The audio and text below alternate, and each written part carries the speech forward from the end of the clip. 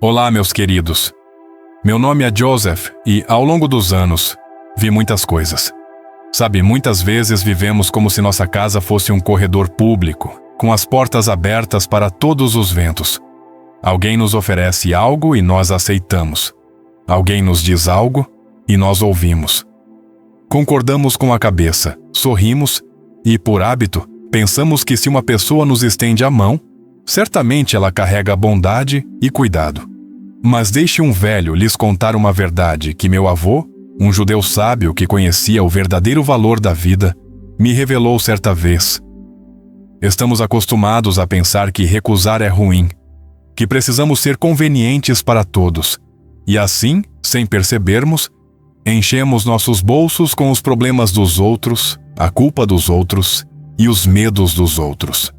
E então nos perguntamos por que é tão difícil respirar, por que nosso coração dói e por que não conseguimos dormir à noite. Hoje vamos falar sobre como parar de ser um depósito para os problemas alheios. Vou lhes falar sobre 7 coisas que vocês nunca, ouçam bem, nunca devem aceitar de outras pessoas se quiserem preservar sua saúde e sua sanidade mental. E peço que não mudem de canal. Vamos em ordem, do simples ao complexo. Mas a coisa mais valiosa, aquela verdade principal que une tudo e realmente muda o destino, eu guardei para o final. Assistam até o fim, porque esse último pensamento será a chave que fechará de vez a porta para tudo o que é desnecessário. A primeira coisa que você não deve aceitar é a comparação desfavorável. Este é talvez o veneno mais comum que nos é oferecido todos os dias e que bebemos em grandes goles, sem sequer percebermos como ele nos envenena. Com que frequência você ouve de parentes, conhecidos, ou até mesmo de si mesmo palavras como estas? Olhe para o filho da amiga da sua mãe, ele já é gerente. Olhe para o seu colega de classe, ele já construiu uma casa. E você ainda mora em um apartamento alugado. Olhe para ela. Na sua idade, ela já tinha 2 filhos. Quando você aceita essas palavras, quando concorda com essa comparação, algo terrível acontece. Você essencialmente admite que sua vida, seu caminho único, é um erro. Você pega a régua de outra pessoa e começa a medir sua alma com ela. E é claro, com essa régua alheia, você sempre será menor, pior, mais pobre. Essa comparação rouba sua energia. Em vez de se alegrar com suas vitórias, mesmo as pequenas, você começa a se sentir um fracasso. Você começa a correr uma maratona para a qual nunca se inscreveu, apenas para provar a alguém que você não é pior. E é uma corrida que você não pode vencer, porque sempre haverá alguém mais jovem, mais rico ou mais bem-sucedido. Ao aceitar a comparação, você nega a si mesmo. Lembro-me de como meu avô me ensinou essa lição quando eu tinha pouco mais de 20 anos. Naquela época, eu trabalhava como simples assistente em uma loja, e o dinheiro só dava para o básico. Um dia, uma parente distante, a tia Bela, veio nos visitar. Ela sentou-se à mesa, tomou chá, e por 1 hora inteira falou sobre o sobrinho dela, que havia aberto o próprio negócio, comprado uma carruagem cara e usava ternos de lã inglesa. Ela olhou para mim com aquela, pena pegajosa e disse: "Veja, Yossia, as pessoas se esforçam, as pessoas vivem, e você está estagnado." Eu fiquei de cabeça baixa e me senti completamente inútil. Parecia que eu realmente estava ocupando espaço à toa neste mundo. Quando ela foi embora, meu avô se aproximou, colocou sua mão pesada no meu ombro e disse algo que guardei para a vida toda. Ele disse: "Joseph, nunca deixe que as pessoas coloquem um preço em você como se fosse mercadoria no mercado. Lembre-se, um violino não tenta soar como um tambor. Se um violino começar a bater, ele vai quebrar, mas não se tornará um tambor. Aquele rapaz tem o seu próprio caminho, você tem o seu. Se você ficar olhando para o prato dos outros, sua comida vai esfriar e perder o sabor." Então ele me explicou que o Todo-Poderoso cria cada um de nós como uma cópia única. Aceitar a comparação É dizer ao Criador que ele cometeu um erro ao criá-lo como você é. Desde então, quando alguém tenta me comparar com alguém mais bem-sucedido, eu apenas sorrio e me lembro das palavras do meu avô. Eu não aceito esse presente. Eu o devolvo a quem o oferece. E sabe, a vida ficou muito mais fácil porque eu caminho no meu próprio ritmo, sem correr atrás da sombra de ninguém. A segunda coisa que você não deve aceitar é um estado de espera eterna, ou como eu chamo, a síndrome da vida adiada, saturada por um sentimento amargo de sua própria insuficiência. É quando você aceita a ideia de que a vida real ainda não começou, que agora é apenas um rascunho, um ensaio, uma preparação. Você vive com a profunda convicção de que ainda não é bom o suficiente, rico o suficiente, magro o suficiente ou inteligente o suficiente para se permitir ser feliz agora. Você aceita as condições de um jogo em que a felicidade é uma recompensa que deve ser conquistada através de longos anos de sofrimento, paciência e privação. Você espera que uma pessoa que não te valoriza de repente tenha uma epifania e comece a te tratar com carinho. Você espera por um chefe que lhe paga uma miséria para que um dia ele perceba seu talento e a cubra de ouro. Você espera pela segunda-feira para começar a cuidar da sua saúde. Você espera que os filhos cresçam para poder viver para si mesma. Você espera perder 10 quilos para comprar aquele vestido lindo. E o mais terrível disso é que, ao aceitar a posição de quem espera, você concorda em ser um personagem secundário em seu próprio destino. Você senta no banco de reservas e observa os outros jogando em campo, consolando-se com o pensamento: minha hora vai chegar, aí sim eu vou mostrar a eles. Mas sabe qual é a tragédia? Você aceita o vazio em vez do tempo. Você troca seus únicos dias, horas e minutos por uma ilusão de um futuro que talvez nunca chegue. Ao aceitar essa situação, você diz ao universo: não sou importante agora, meus desejos não importam agora, vou aguentar. E o universo, ouvindo isso, lhe dá ainda mais motivos para aguentar. Você se torna um imã para situações em que precisa esperar e suportar. As pessoas sentem isso. Elas veem que você está pronta para se contentar com migalhas enquanto espera por um banquete e param de respeitá-la. Por que se esforçar por uma pessoa que já concordou em esperar? Por que aumentar o salário de alguém que trabalha de qualquer maneira, na esperança de um futuro brilhante? Por que respeitar uma esposa que tolera a embriaguez e a grosseria na esperança de que o marido mude?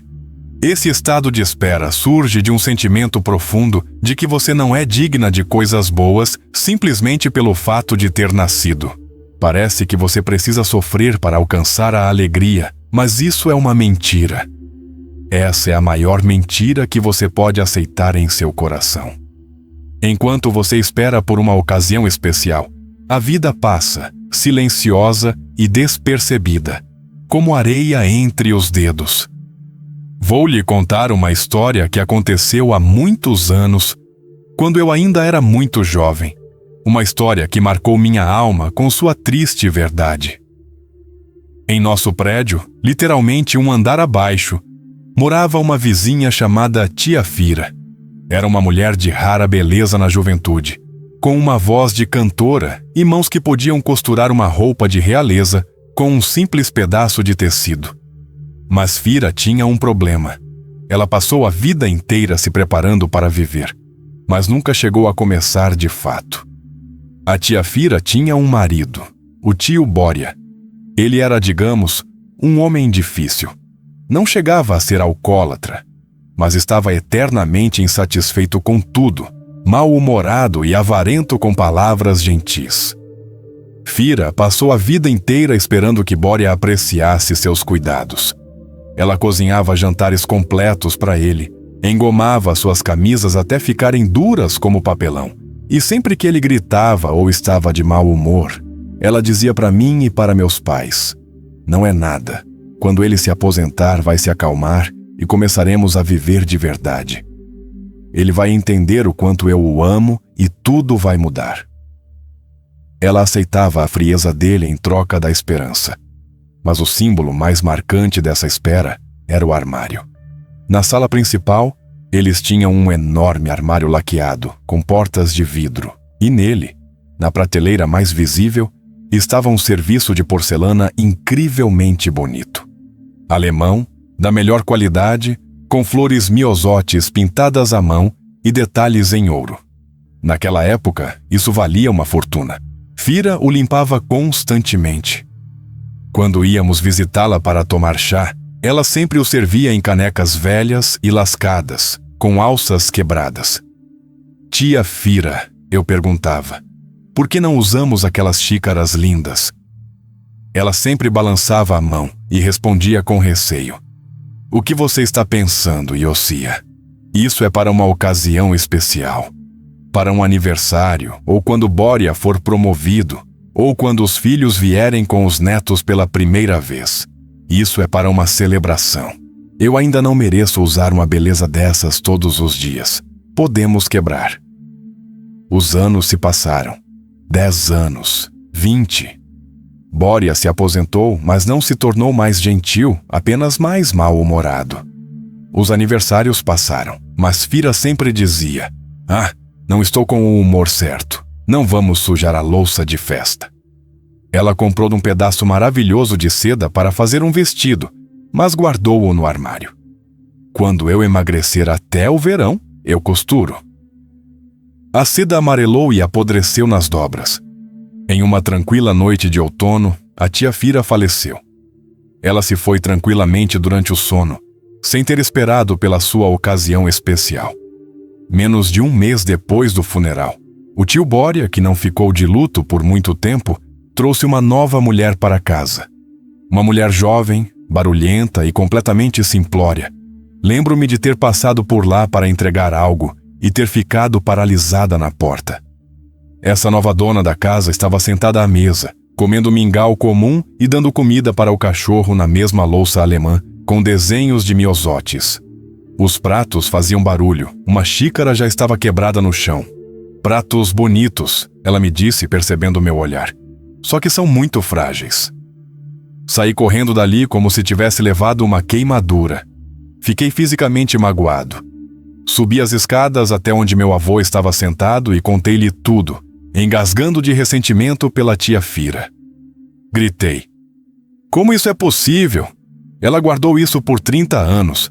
Esperou por uma ocasião especial e agora um cachorro está comendo neles. Meu avô me ouviu em silêncio. Depois serviu-se de chá em sua xícara favorita e disse: Joseph, lembre-se desta lição. Fira cometeu um erro que milhões cometem. Ela pensou que a vida é um armazém infinito e que o melhor pode ser guardado em uma prateleira distante. Mas a vida não é um armazém. É um trem que segue em uma única direção. Fira não tinha a noção de que era digna de celebrar a vida todos os dias. Ela continuava pensando que a celebração precisava ser conquistada com sofrimento. Mas a celebração está ali, em uma xícara de chá, se você a beber com prazer. Nunca adie o melhor para depois. O depois é o consolo dos espiritualmente pobres. Viva o agora. Quebre pratos. Vista suas melhores roupas. Ame, diga a verdade. Porque aquela ocasião especial que você tanto espera pode nunca chegar. E no final, o cachorro de um estranho se alimentará dos seus sonhos. Desde então, nunca mais guardei coisas para melhores tempos. Entendi que o estado de espera é um roubo a si mesmo. Não aceite essa posição. Você é digno de beber em uma bela xícara hoje, simplesmente porque está vivo. Não espere que alguém lhe dê permissão para ser feliz. Dê a si mesmo essa permissão. A terceira coisa: o papel de salvador para uma pessoa adulta. Aceitar o papel de salvador significa concordar com a ideia insana de que você pode viver a vida por outra pessoa. Você pensa que, sem você, ela perecerá, se afogará em álcool, se endividará, morrerá de fome ou simplesmente não conseguirá amarrar os cadarços. E então, você começa a ajudar. Mas sejamos honestos, muitas vezes isso não é ajuda, é criar um inválido. Quando você paga as dívidas de um filho adulto repetidamente, você não o está salvando dos credores. Você está roubando dele a lição inestimável da responsabilidade. Quando você escreve relatórios para seu marido ou esposa, porque eles não conseguem fazer isso sozinhos, você está roubando o profissionalismo deles. Quando você enxuga constantemente as lágrimas de uma amiga que vive com um tirano há anos, mas não o abandona, você está roubando dela a chance de chegar ao fundo do poço, de onde ela poderia se reerguer. Por que aceitamos isso? Por que concordamos em ser um serviço de ambulância eterno? Por que, em algum lugar profundo da nossa alma, temos medo de admitir que não somos necessários se não formos úteis? O papel de Salvador lisonjeia nosso orgulho. Parece-nos que somos tão fortes, tão sábios, quase santos. Pensamos, só eu posso consertar isso. Isso nos dá a ilusão de controle sobre o caos da vida. Mas o preço dessa ilusão é monstruoso. Você perde sua vida, você para de dormir, porque está pensando nos problemas dos outros. Seu dinheiro desaparece no buraco negro da irresponsabilidade alheia. Sua saúde desmorona devido ao estresse constante que nem é seu. E o pior de tudo, você destrói a pessoa que está salvando. Você transforma um adulto capaz em um parasita. Com suas próprias mãos, você sufoca a vontade de viver dessa pessoa. Por que eles se esforçariam se você está lá? Por que aprenderiam a nadar se você sempre oferece suas costas como boia? No final, quando suas forças se esgotarem, e elas se esgotarão, essa pessoa se afogará e arrastará você junto. Quero contar uma história que me ensinou essa dura lição. Isso aconteceu quando eu já era adolescente, mas ainda olhava para o mundo com olhos ingênuos e arregalados. Meu avô tinha um velho amigo, um joalheiro chamado Chaim. Chaim era um mestre com mãos de ouro. Ele conseguia consertar um relógio que havia parado há 100 anos. Mas Caim tinha um problema. Seu irmão mais novo, Liova.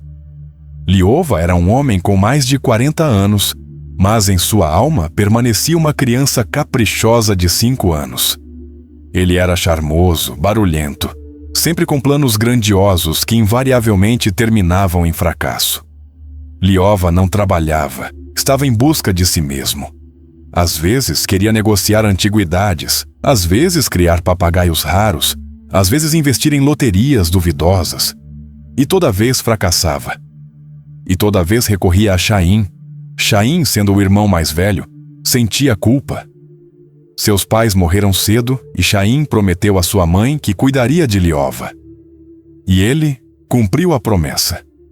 Pagou as dívidas de Liova, resgatou seus pertences das casas de penhores, negociou com a polícia quando Liova se metia em encrencas e até pagou o aluguel do apartamento que Liova alugava para suas inúmeras namoradas. Chaim trabalhava 16 horas por dia, curvado sobre sua bancada de trabalho, perdendo a visão, privando-se de descanso para que Liova pudesse continuar em sua busca por si mesmo. Lembro-me de uma vez em que Chaim veio visitar meu avô. Ele parecia péssimo, pálido, com as mãos trêmulas e os olhos fundos.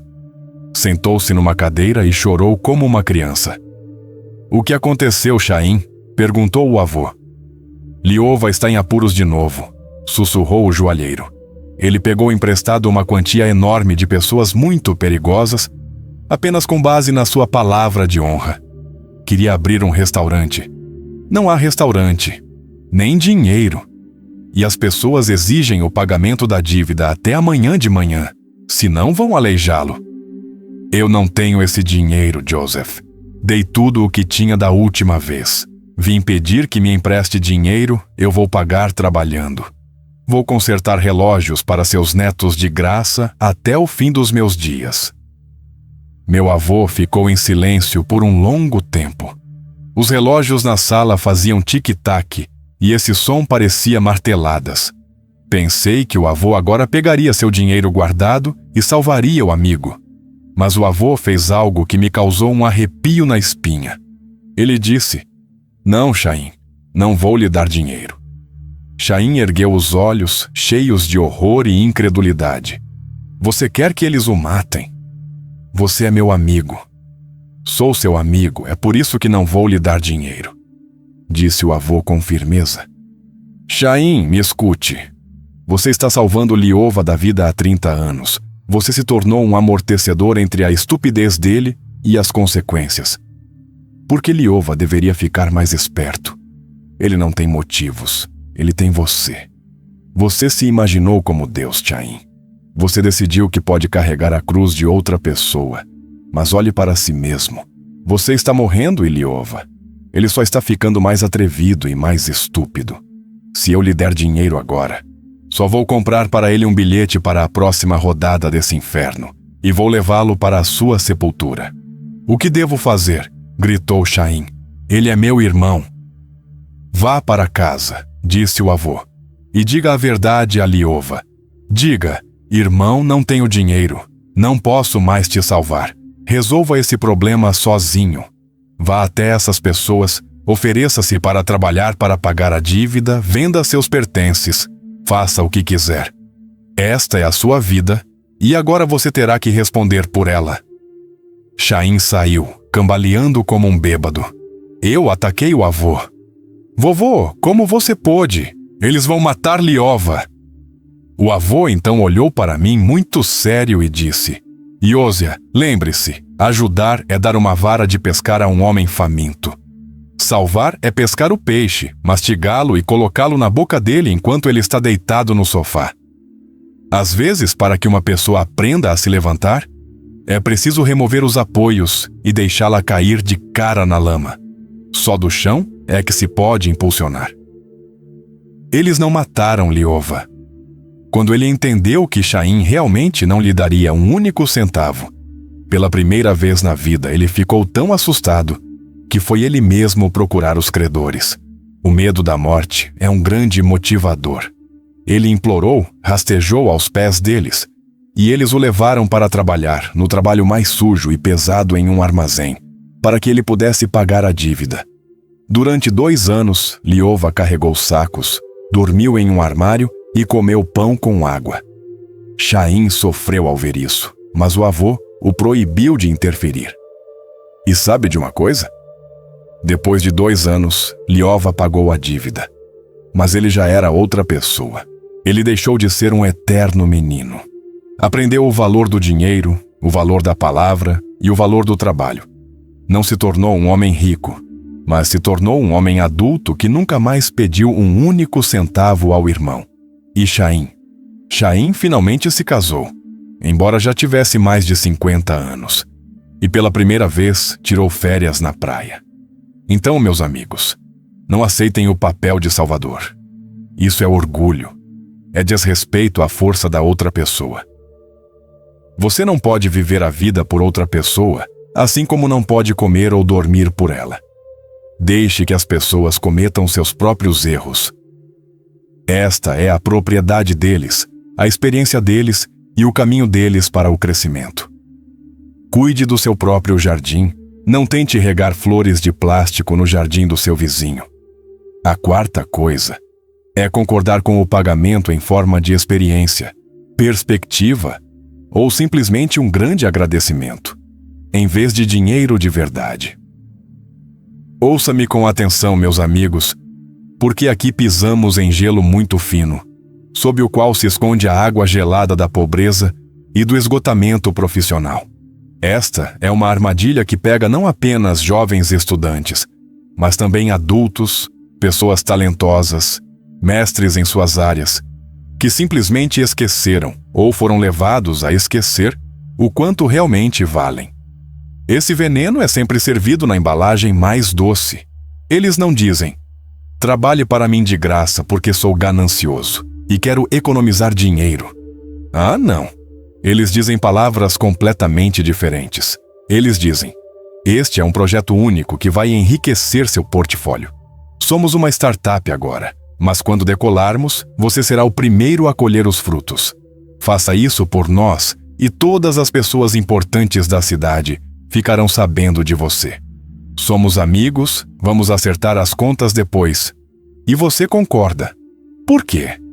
Porque dentro de você existe uma criança pequena e assustada que não acredita no seu próprio valor.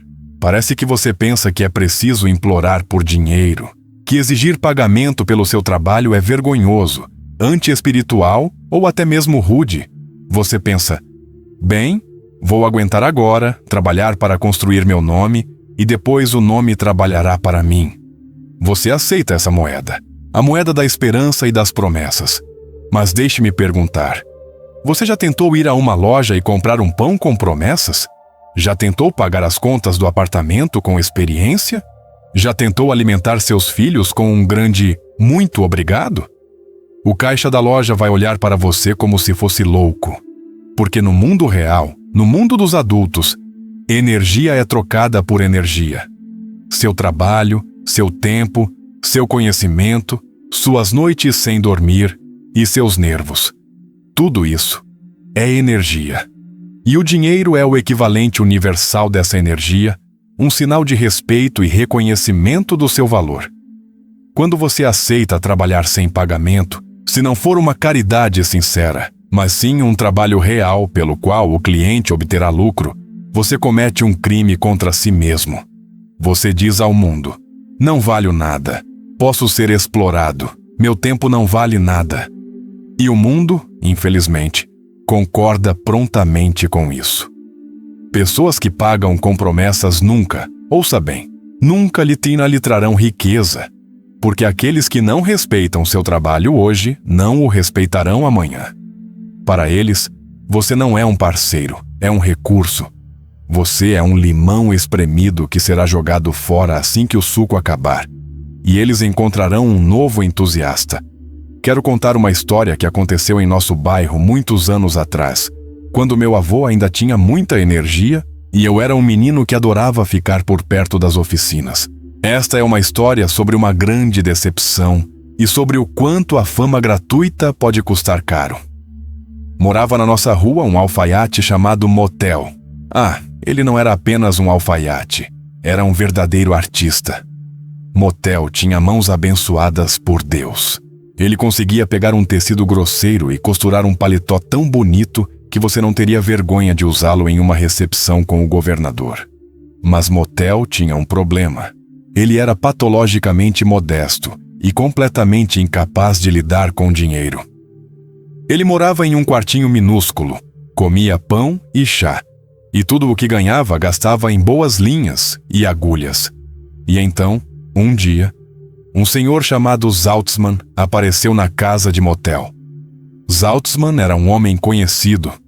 Frequentava os círculos comerciais, conhecia todas as pessoas importantes da cidade, andava sempre impecável, falava alto e cheirava a tabaco caro. Zaltzman olhou em volta do pequeno quarto de Motel, estalou a língua e disse: Motel, ouvi dizer que você costura muito bem, mas veja como você vive. Isso é pobreza.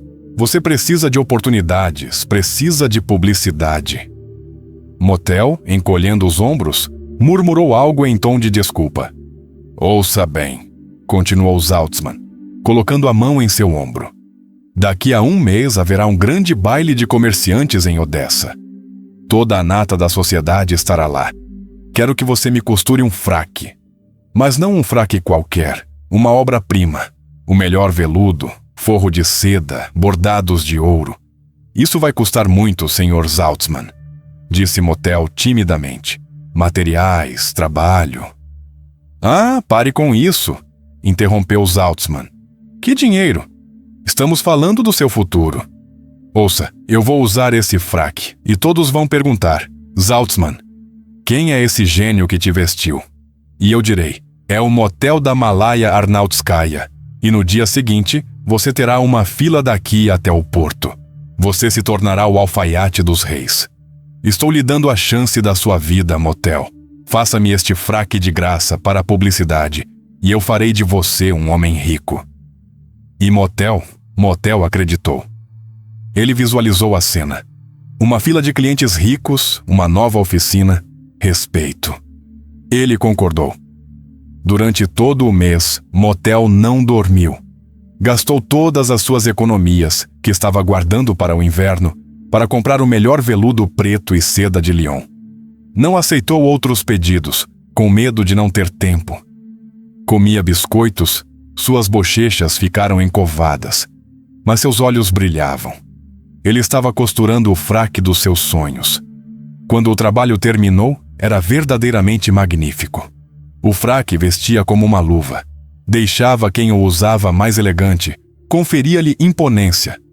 Saltzman chegou, experimentou o casaco, girou em frente ao espelho e exclamou: "Bravíssimo, Motel, você é um gênio!" Pronto, agora era só esperar pela riqueza. Ele pegou o casaco, bateu a porta e saiu sem sequer deixar uma moeda para o chá. Passou uma semana, depois outra, um mês. Motel sentou-se à janela e esperou. Mas nenhuma fila de clientes ricos se formou. Ninguém o visitava em carruagens. A lenha acabou e o quarto ficou frio. Não havia nada para comer. Um dia, meu avô, que conhecia essa história, passou pela casa de Motel, viu-o tremendo de frio e fome e entendeu tudo. Balançou a cabeça e disse: "Venha, Motel, vamos dar uma volta." Levou-o ao centro da cidade, a um restaurante elegante, onde Saltzman estava almoçando. Ele estava sentado na companhia de outros comerciantes, vestindo aquele mesmo fraque, e ria alto. Meu avô deu uma cotovelada em Motel. "Vá e ouça." Nos aproximamos, escondendo-nos atrás de uma coluna. Um dos comerciantes perguntou a Saltzman: "Salomão, que fraque magnífico! Onde você o mandou fazer? Foi mesmo em Paris?" Motel congelou. Seu coração disparou. Agora seu nome seria mencionado. Saltzman recostou-se casualmente na cadeira, sacudiu a cinza do charuto e disse em voz alta: "Que Paris? Eu mesmo inventei o corte. Um tolo qualquer daqui o costurou, um velho judeu, por uma ninharia. Nem me lembro do nome dele." Sabe, colegas, é o destino. Motel escorregou pela coluna. Chorou em silêncio, cobrindo o rosto com as mãos. Seu sonho de fama se despedaçou contra o cruel cinismo de um aproveitador. Naquela noite, meu avô serviu sopa quente para Motel em nossa cozinha e disse palavras que quero transmitir a vocês agora. Motel, lembre-se desta lição. Mesmo que lhe tenha custado todas as suas economias, você vendeu seu talento por nada. Saltzman não o enganou em uma coisa. Ele lhe mostrou o seu valor aos olhos dele. 0. Lembre-se, a fama não se come. A experiência não o aquece no frio do inverno. Se uma pessoa respeita um mestre, ela lhe paga com moedas, porque a moeda é uma medida de gratidão. E aquele que promete montanhas de ouro amanhã para não pagar um centavo hoje, é simplesmente um ladrão que rouba seu tempo. Nunca mais trabalhe de graça. Um bom mestre conhece o seu valor e um mau mestre busca um mestre. Motel sobreviveu. Ele parou de procurar amigos promissores. Ele pendurou uma placa na porta: "Dinheiro pela manhã, cadeiras à noite." E sabe, as pessoas começaram a procurá-lo. Não aqueles que queriam coisas de graça, mas aqueles que queriam qualidade e estavam dispostos a pagar por isso. Palavras voam como fumaça. Valorize-se. Seu trabalho é a sua vida traduzida em ação. Não entregue sua vida de graça para aqueles que são capazes apenas de consumir. Você merece ser pago aqui e agora. A quinta coisa é o culto do sucesso a qualquer custo. Esta é a doença do nosso século. Esta é uma epidemia que dizima as pessoas de forma mais eficaz do que uma corrente de ar frio no inverno. Esta é uma ideia obsessiva e persistente de que você precisa ser ótimo, rico, famoso e produtivo 24 horas por dia. Esse veneno nos penetra imperceptivelmente. Você abre os olhos pela manhã, pega o telefone e um desfile de felicidade alheia se derrama sobre você.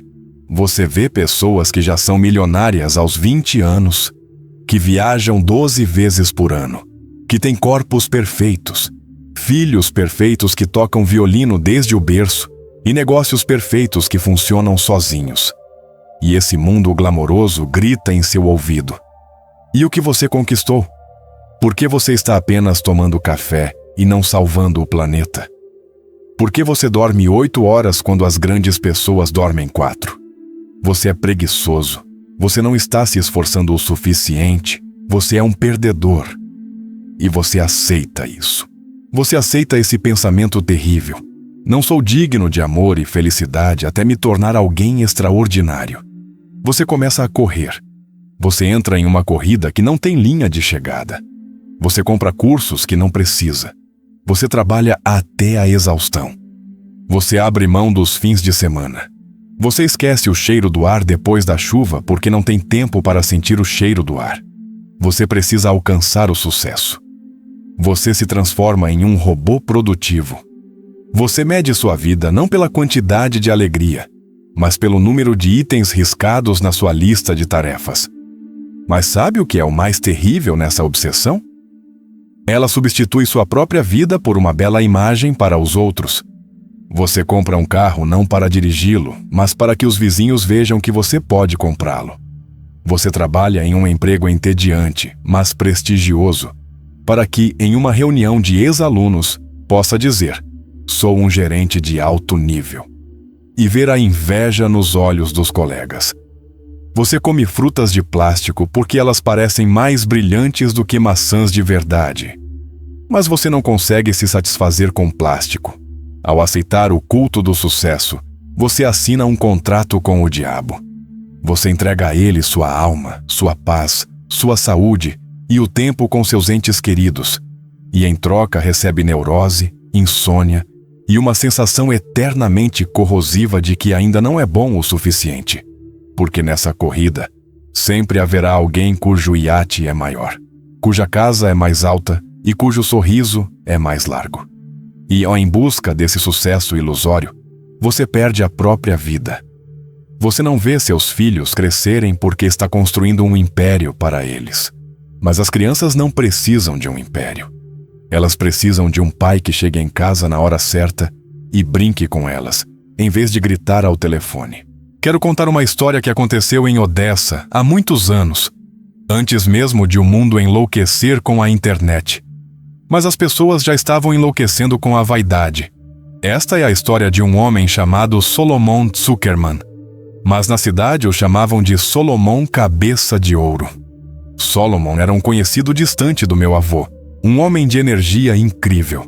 Parecia que, em vez de um coração, ele tinha uma máquina a vapor que nunca parava. Solomon começou com uma pequena loja de artigos de couro. Mas isso não era suficiente para ele. Joseph, disse ele ao meu avô quando se encontraram no boulevard. A vida é curta. É preciso aproveitar tudo o que ela oferece. Por que ter uma loja se posso ter 5? Por que 5 se posso construir uma fábrica? E ele construiu. Ele corria mais rápido que o vento. Abriu uma fábrica, depois investiu em transporte marítimo. Depois começou a negociar grãos. Dormia 4 horas por noite. Comia apressadamente, muitas vezes deixando cair migalhas em seus caros coletes, feitos sob medida. Estava sempre com pressa. Se via alguém sentado em um banco alimentando pombos, bufava. Preguiçosos. Tempo é dinheiro. Enquanto eles alimentam pássaros, eu estou fazendo fortuna. Solomon tinha um primo chamado Avrum. Avrum era o oposto completo de Solomon. Trabalhava como encadernador. Tinha uma pequena oficina em um porão que cheirava a cola, papel velho e couro. Avrum podia passar horas cuidando de uma única lombada, escolhendo a cor da linha. Ganhava o suficiente para viver, para um bom jantar e para comprar livros novos. Avrum adorava passear à noite com a esposa, adorava jogar xadrez com os vizinhos e sempre sorria com um sorriso tranquilo e sereno. Solomon desprezava Avrum. Frequentemente passava pela oficina no porão, não para visitá-lo, mas para se gabar e dar lições de vida. Avrum! Trovejou da porta, exibindo seus relógios de ouro. Você ainda está sentado neste buraco. Olhe para mim. Ontem fechei um negócio com os ingleses. Comprei para minha esposa um colar que custa tanto quanto sua casa inteira. E você? Ainda está colando seus papéis. Quando você finalmente vai começar a viver como um ser humano? Quando você vai se tornar bem-sucedido? Avram levantava os olhos do trabalho, ajeitava os óculos e respondia calmamente: Solomon, o que significa ser bem-sucedido? Eu amo o meu trabalho. Eu amo minha esposa, nada me incomoda e durmo tranquilamente. Isso não é sucesso? Ah, não me faça rir. Solomon gesticulava com a mão. Isso não é sucesso, é estagnação. Sucesso é quando as pessoas te invejam. Sucesso é quando você pode comprar esta cidade inteira. Você é fraco, Avram. Você não tem ambição. E então chegou o momento de triunfo de Solomon. Ele completou 50 anos. Decidiu dar uma festa de aniversário tão grandiosa que toda Odessa tremesse. Alugou o restaurante mais caro, contratou músicos da capital, pediu ostras de Paris e vinhos de safras tão antigas que ainda se lembravam de Napoleão. Ele queria que aquela noite fosse a prova de sua vitória absoluta sobre a vida. Um mês antes do aniversário, Solomon parou completamente de dormir. Ele controlava cada detalhe, gritava com os funcionários. Demitiu o chefe porque ele não cortava o peixe fino o suficiente. Ficou nervoso. Seu rosto adquiriu uma cor terrosa e seu olho esquerdo começou a tremer constantemente. Sua esposa Rivka lhe disse: Solomon, descanse, você não está bem. Mas ele apenas a ignorou. Vou descansar no outro mundo. Agora preciso mostrar a todos quem é Zuckerman. E então a noite chegou. O salão brilhava com luzes. Centenas de convidados com diamantes e fraques. As mesas estavam repletas de iguarias. A música ressoava. Solomon estava no centro do salão, em um novo smoking, com uma taça na mão. Todos se aproximavam dele, faziam brindes, o bajulavam, o admiravam. Que pompa, que sucesso! Você é o rei de Odessa, Solomon. Solomon ouvia tudo isso, sorria, mas não sentia nada. Ou melhor, sentia um estranho e vazio entorpecimento por dentro. Olhou para as ostras e sentiu náuseas. Olhou para aquelas pessoas e percebeu que não conhecia metade delas, e a outra metade o odiava e o invejava.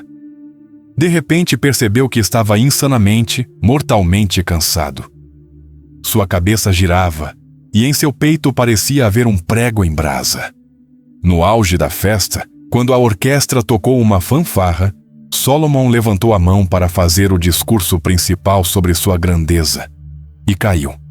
Simplesmente desabou como um saco de grãos no chão de parquet, quebrando uma taça cara. A música parou. As mulheres gritaram, o pânico começou. Solomon foi levado ao hospital com um ataque cardíaco grave.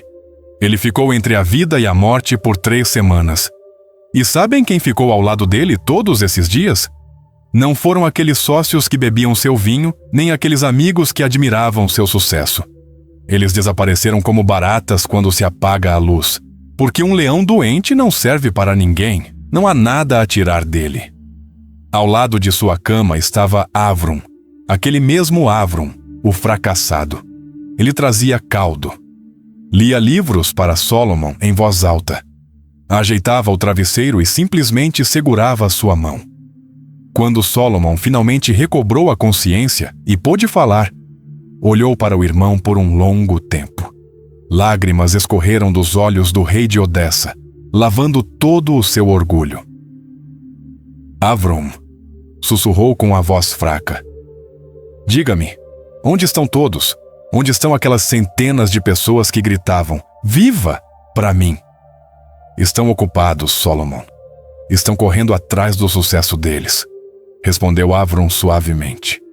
Passei 30 anos para que me aplaudissem, disse Solomon, olhando para o teto. Destruí minha saúde. Não vi meus filhos crescerem. Persegui uma quimera. E você? Você ficou no seu porão e era feliz. Eu não apenas fiquei, Solomon. Sorriu Avram. Eu vivi.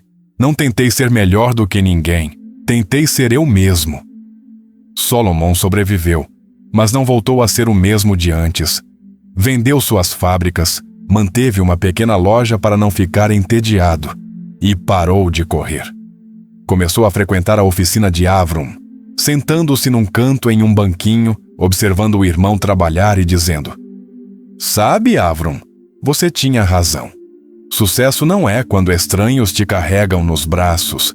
Sucesso é quando você pode caminhar pela rua, respirar o cheiro de acácia e entender que não precisa provar nada a ninguém. Sucesso é a paz interior."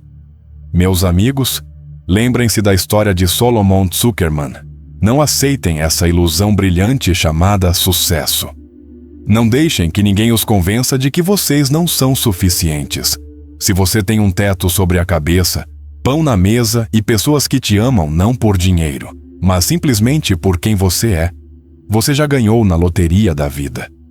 Não troque esse ouro por brilhos baratos da aprovação alheia. Viva no seu próprio ritmo. Seja uma tartaruga, mas uma tartaruga feliz. Viva e trilhando seu próprio caminho. E não um cavalo de corrida exausto que cai morto antes de uma linha de chegada que ninguém precisa. A sexta coisa é o papel da pessoa complacente. Vamos falar sobre um hábito terrível que se disfarça de virtude, de modéstia, de boa educação. Vamos falar sobre como uma pessoa, com as próprias mãos, se transforma em móvel, em pano de fundo, em um travesseiro confortável para os outros, apagando completamente sua personalidade. Ser complacente significa ser invisível. Significa viver com um pedido de desculpas eterno nos olhos pelo simples fato de ocupar espaço. Você provavelmente conhece essa sensação. Você vai visitar alguém, te oferecem uma cadeira quebrada e você fica em silêncio, com medo de ofender a anfitriã, e passa a noite inteira se equilibrando para não cair, em vez de simplesmente pedir outra cadeira. Eles te servem sopa fria em um café e você engasga, mas come mesmo assim porque não quer causar um escândalo. Pedem para você ir trabalhar no seu dia de folga e você concorda, cancelando uma viagem com os filhos porque contam com você. Você acha que isso te torna uma boa pessoa? Você acha que as pessoas vão apreciar seu sacrifício? Ah, como você está enganado. Ao aceitar o papel de pessoa complacente, você ensina ao mundo apenas uma coisa. É assim que você pode ser tratado. Você pode ser usado para tapar buracos. Suas necessidades podem ser ignoradas. Sua opinião não precisa ser levada em consideração. Você se torna uma função. Você se torna aquela poltrona velha em que todos se jogam sem perceber e que é jogada no lixo assim que a mola quebra. A tragédia da pessoa complacente é que ela se trai a cada minuto de sua vida. Dentro dela existem desejos, existem sonhos, existe uma voz, mas ela sufoca tudo isso com um travesseiro de medo.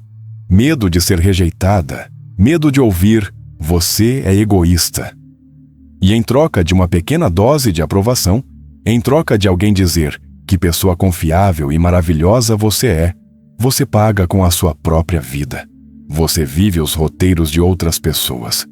Você come o que não gosta, vai aonde não quer ir e convive com pessoas que não te valorizam. E o mais amargo de tudo é esperar que um dia alguém perceba seu sacrifício e o recompense. Mas ninguém a recompensará. Porque pessoas complacentes não são amadas, são usadas e as pessoas amam os que têm vida, os que são inconvenientes, com personalidade, com limites. Aqueles que se respeitam o suficiente para dizer: "Você não pode me tratar assim." Quero contar uma história que ficou gravada na minha memória como um caco de vidro. Esta história não é sobre dinheiro nem sobre fama. É a história de uma mulher que desapareceu mesmo estando viva. Essa mulher se chamava Rosa Lvovna e era vizinha do meu avô. Rosa era um anjo em pessoa, quieta, com um sorriso eternamente tímido, com uma voz como o farfalhar de folhas secas. Rosa era costureira, mas costurava não por dinheiro, mas por um obrigado, ou por algumas moedas simbólicas, porque se sentia desconfortável em cobrar o preço justo. "Ora, como posso?", dizia ela. "As pessoas já têm uma vida tão difícil. Como posso explorá-las?" e as pessoas lhe traziam pilhas de roupas, e Rosa passava noites costurando, estragando a vista, consertando casacos para os filhos dos outros, enquanto seus próprios filhos andavam com jaquetas remendadas. Mas o principal tirano na vida de Rosa não eram os vizinhos, mas sim seu próprio marido, Nahum. Nahum era um homem grande e barulhento, amante de festas e grandes gestos, naturalmente às custas dos outros. Nahum adorava receber convidados. Toda sexta-feira, o pequeno apartamento deles ficava lotado de gente. Vinham amigos de amigos, parentes distantes, comerciantes de passagem. E todos precisavam ser alimentados. Rosa começava a cozinhar na quinta-feira. Limpava montanhas de peixe, amassava a massa, ficava em pé no fogão quente por 12 horas com as pernas inchadas e as costas doloridas. Preparava uma mesa digna de um chá, peixe recheado, pescoço de ganso, zimes, tortas de repolho, frango frito. Quando o banquete começava, Nahum sentava-se à cabeceira da mesa, vermelho, satisfeito, servindo licor e recebendo elogios. «Oh, Nahum, que mesa, que anfitrião!» gritavam os convidados. E onde estava Rosa? Rosa estava na cozinha ou correndo entre a cozinha e a sala, trocando pratos, adicionando molho, trazendo guardanapos. Ela era uma sombra. Era uma garçonete no seu próprio banquete da vida. E então, houve uma noite que mudou tudo. Era o aniversário de Nahum. Ele completava 50 anos. Tanta gente se reuniu que mal dava para respirar na sala. Juntaram todas as mesas e trouxeram bancos dos vizinhos. Rosa se superou. Cozinhou por 3 dias, quase não dormiu. Estava pálida como um lençol. Suas mãos tremiam, mas ela sorria com aquele sorriso complacente de sempre. Quando todos se sentaram, começaram os brindes. Falavam sobre a generosidade de Nahum, sobre seus talentos, sobre sua hospitalidade. Nahum estava radiante. E de repente, um dos convidados, um velho farmacêutico, olhou em volta e perguntou: «E onde está a anfitriã? Onde está nossa querida Rosa? Que ela se sente, beba conosco.» Todos viraram a cabeça. Rosa estava parada na porta, enxugando as mãos no avental, exausta. Ela caminhou timidamente em direção à mesa, e então houve silêncio, pois não havia lugar livre na mesa. Nem uma cadeira, nem um cantinho de banco. Tudo estava ocupado pelos convidados de Nahum. Nahum, sem o menor constrangimento, acenou com a mão e disse em voz alta para toda a sala: «Ah, não tem problema. Nossa Rosa não é orgulhosa, não é, querida? Ela come alguma coisa na cozinha, tem um banquinho lá. É até mais conveniente para ela, mais fácil para servir. Vamos, Rosa, não fique aí parada, traga os pratos quentes.» Eu estava sentado ao lado do meu avô. Eu tinha uns 12 anos, mas mesmo assim senti como o ar na sala ficou gelado. Rosa paralisou. Seu rosto ficou ainda mais branco. Seus lábios tremeram. Ela olhou para o marido, a quem havia dedicado 30 anos de sua vida, depois para os convidados que estavam comendo a comida que ela havia preparado. E ela já ia abrir a boca para dizer o seu habitual: «Sim, claro, Nahum querido. Não é nenhum problema para mim», para ser complacente novamente, para amenizar a situação. Mas nesse momento, meu avô Joseph empurrou ruidosamente a cadeira para trás e se levantou. Era um velho alto e magro, com olhos penetrantes. E quando ele se levantou assim, até os mais barulhentos se calaram. Meu avô pegou seu prato com o peixe intocado e, com um gesto brusco, jogou-o no chão. A porcelana se estilhaçou em pequenos pedaços. O silêncio tornou-se sepulcral. «Joseph, o que você está fazendo?» gaguejou Nahum, assustado. «Você enlouqueceu? Isso é porcelana de Kuznetsov.» O avô olhou para Nahum como se tivesse visto uma barata na sopa e disse com uma voz baixa, mas terrível: «Você está com pena da porcelana, Nahum? Você não sente pena da sua esposa? Você sentou metade da cidade de aproveitadores à mesa, mas não encontrou um lugar para a mulher que assou este pão. Você diz que é conveniente para ela ficar na cozinha.» Então o avô se virou para Rosa. Ela estava chorando em silêncio. As lágrimas escorriam pelo seu rosto e caíam na farinha. Rosa, disse o avô com aspereza, olhe para este chão. Há cacos de vidro espalhados. É assim que sua vida se parece. Você se quebrou em pedaços para que essas pessoas pudessem se sentar confortavelmente. Você acha que isso é bondade? Não, Rosa. Isso é traição. Você traiu a garota que você era. Você permitiu que a transformassem em um capacho. E você sabe o que eles fazem com um capacho quando ele se desgasta. Eles o jogam fora. Se você for agora para a cozinha e se sentar em um banquinho, nunca mais se levantará. Você morrerá como uma serva na festa de outra pessoa. Naum se levantou, vermelho de raiva. Não se atreva a me dar lições na minha própria casa. Saia daqui. Eu vou embora, disse o avô calmamente. A comida não desce pela minha garganta em uma casa onde a dona da casa é tratada como um cachorro. O avô saiu e eu corri atrás dele. Caminhamos pela rua em silêncio. Pensei que Rosa tivesse ficado lá na cozinha, mas no dia seguinte, soube que um milagre havia acontecido. As palavras do avô, duras e diretas, romperam aquela armadura de conveniência na qual Rosa se escondera por anos. Naquela noite, depois da nossa partida, Rosa não foi para a cozinha. Ela se aproximou da mesa, pegou a ponta da toalha de mesa, a luxuosa toalha engomada coberta de pratos, e a puxou bruscamente para si. Tudo, vinho, peixe, tortas, molheiras, tudo caiu no chão, nos joelhos dos convidados, nas calças novas de Naum. O estrondo foi tão alto que foi ouvido na rua vizinha. No silêncio sepulcral, Rosa disse: a festa acabou. Todos para fora. Ela expulsou todos e Naum também. Ela pediu o divórcio. Foi um escândalo para toda a Odessa. A quieta Rosa enlouqueceu. Mas Rosa não enlouqueceu. Rosa acordou. Ela parou de costurar de graça. Abriu um pequeno ateliê e começou a cobrar, e bem, porque costurava brilhantemente. Comprou uma passagem para um sanatório e viajou por um mês, pela primeira vez na vida, deixando os filhos e a casa. Um ano depois, a vi no calçadão. Ela caminhava de braços dados com um homem inteligente, um professor de música. Estava de chapéu, com um lindo casaco que ela mesma havia costurado, e estava rindo. Sentou-se em um banco e o homem tirou algumas poeiras de sua roupa. Ela não era mais conveniente. Ela havia se tornado feliz. Meus amigos, não sejam como a antiga Rosa. Não esperem que alguém quebre um prato para que vocês acordem. Façam isso vocês mesmos. Parem de dizer sim quando a alma grita não. Parem de comer sopa fria. Parem de se encolher para que os outros tenham mais espaço. Ocupem o seu lugar. Vocês têm direito a ele por direito de nascença. Sua vida não é uma sala de espera nem uma cozinha de empregados. Este é o seu salão do trono.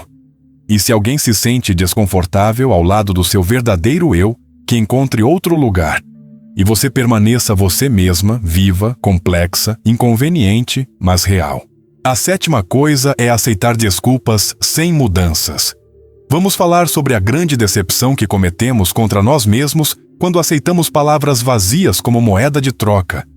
Vamos falar sobre uma situação em que a palavra "me perdoe" não se torna um remédio que cura uma ferida, mas uma anestesia que apenas alivia temporariamente a dor, enquanto a doença continua a corroer o relacionamento. Uma desculpa sem mudança é a forma mais sofisticada de manipulação. É uma nota falsa com a qual uma pessoa paga pela sua confiança repetidamente. Como isso funciona? Uma pessoa te magoa, trai, decepciona, insulta ou esquece uma promessa importante. Você sente dor, raiva, ressentimento. Você está pronta para colocar um ponto final ou pelo menos ter uma conversa séria. E então ela vem com a cabeça baixa, com os olhos tristes, talvez até com lágrimas no rosto. Ela diz: "Me perdoe, eu estava errado. O diabo me tentou, eu entendi tudo. Isso não vai acontecer de novo." E o que acontece com você? Seu bom coração se comove. Você quer muito acreditar que é verdade. Você tem tanto medo de perder esse relacionamento, seja com um amigo, cônjuge, filho ou sócio. Você pensa, bem, todo mundo tem o direito de errar. Eles se arrependeram. Se eu não perdoar agora, serei um monstro cruel. E você perdoa, respira aliviado, e novamente concede um voto de confiança. E então passa uma semana, um mês ou 6 meses, e a situação se repete exatamente igual, seguindo o mesmo roteiro. E de novo aqueles mesmos olhos, aquelas mesmas palavras. Me perdoe, eu não tive a intenção.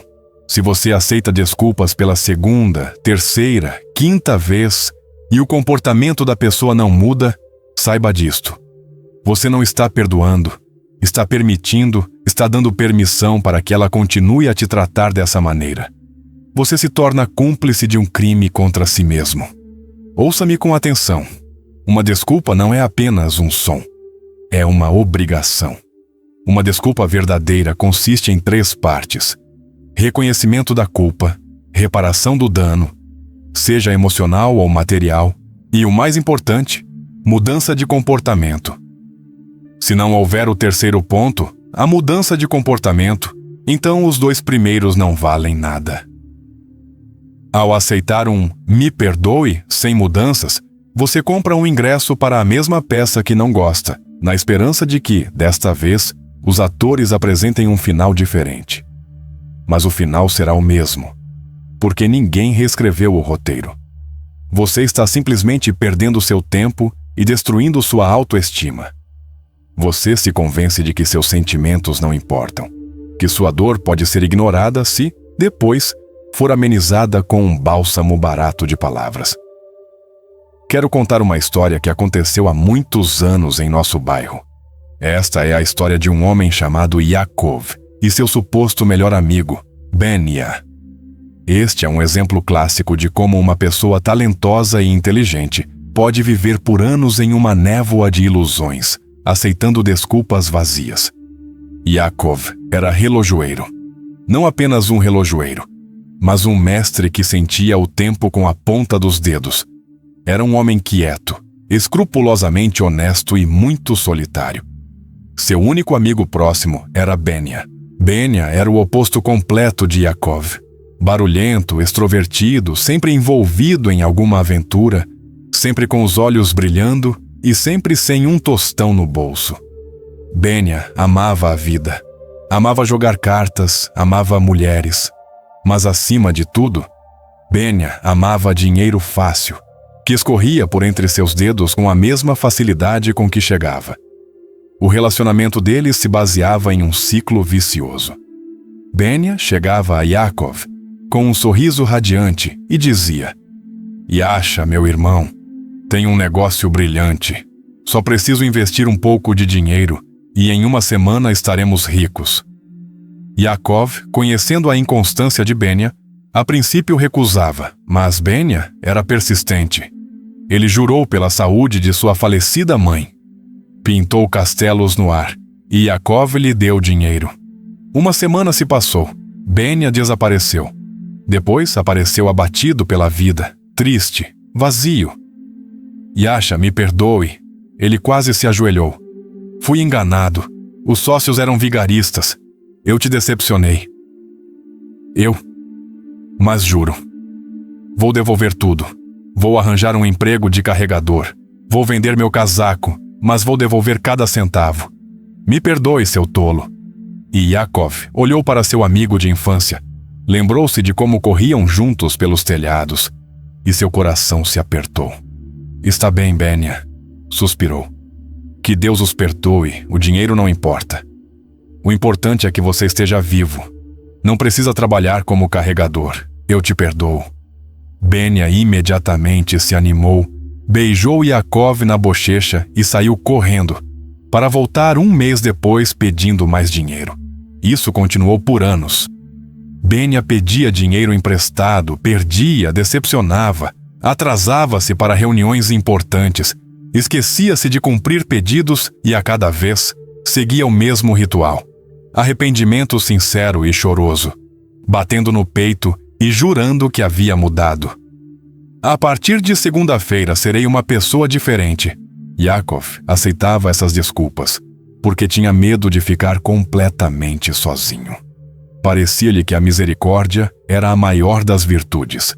Mas um dia aconteceu o que tinha que acontecer. Yaakov recebeu a encomenda de sua vida. Trouxeram-lhe um relógio de chão antigo, da própria casa do governador, para a restauração. Era um mecanismo mais complexo, uma verdadeira obra de arte decorada com ouro e pedras preciosas. Yaakov trabalhou nele por 3 meses, quase sem sair da oficina. Quando o trabalho terminou, o relógio precisava ser entregue à mansão do governador. O relógio era pesado. Yaakov, é claro, pediu a ajuda de Benia. Benia, isso é muito importante, disse ele, olhando o amigo nos olhos. Amanhã, às 10 da manhã, você precisa estar aqui com uma carroça. Vamos levar o relógio. Minha reputação depende disso, minha licença, minha vida inteira.